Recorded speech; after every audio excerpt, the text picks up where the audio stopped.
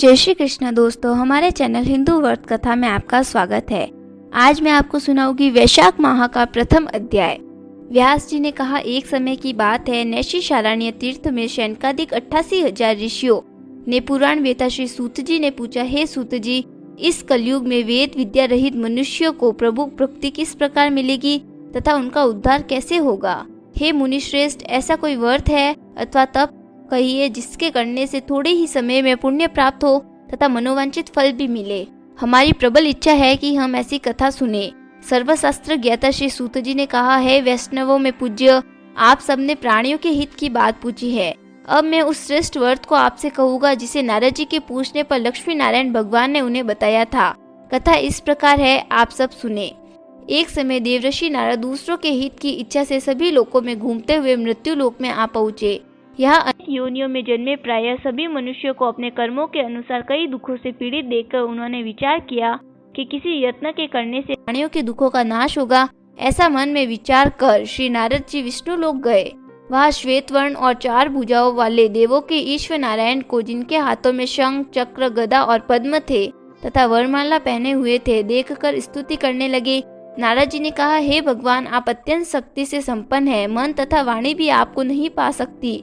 आपका आदि मध्य अंत ही नहीं है। आप निर्गुण स्वरूप सृष्टि के कारण भक्तों के दुखों को नष्ट करने वाले हो।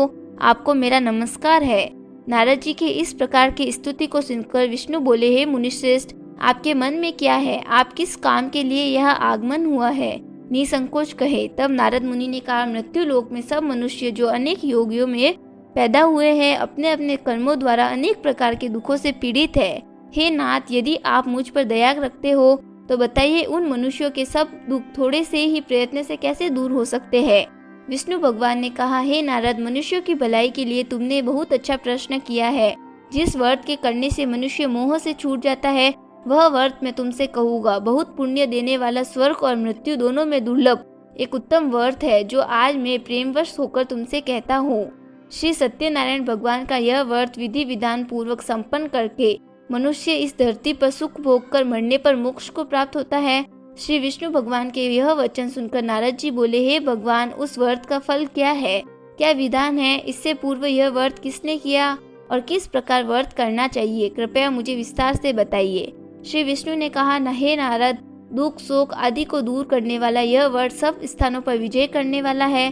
भक्ति और श्रद्धा के साथ किसी भी दिन मनुष्य श्री सत्यनारायण भगवान की संध्या के समय ब्राह्मणों और बंधुओं के साथ धर्म परायण होकर पूजा करे। भक्ति भाव से नैवेद्य का फल शहद, घी, शक्कर अथवा गुड़, दूध और गेहूं का आटा सवैया ले। गेहूं के अभाव में साटा चूर्ण भी ले सकते हैं। इन सबको भक्ति भाव से भगवान को अर्पण करे। बंधु बांधवों सहित ब्राह्मणों को भोजन करवाए। इसके पश्चात स्वयं भोजन करे। रात्रि में नृत्य गीत आदि का आयोजन कर श्री सत्यनारायण भगवान का स्मरण करता हुआ सब समय व्यतीत करे। कलिकाल में मृत्यु लोक में यही एक लघु उपाय है, जिससे अल्प समय और अल्प धन में महान पुण्य प्राप्त हो सकता है। आपको ये वीडियो अच्छा लगा तो इसे लाइक एंड शेयर जरूर कीजिएगा और इसी प्रकार की हिंदू व्रत कथाएं जानने के लिए हमारे चैनल को सब्सक्राइब भी कीजिएगा। धन्यवाद।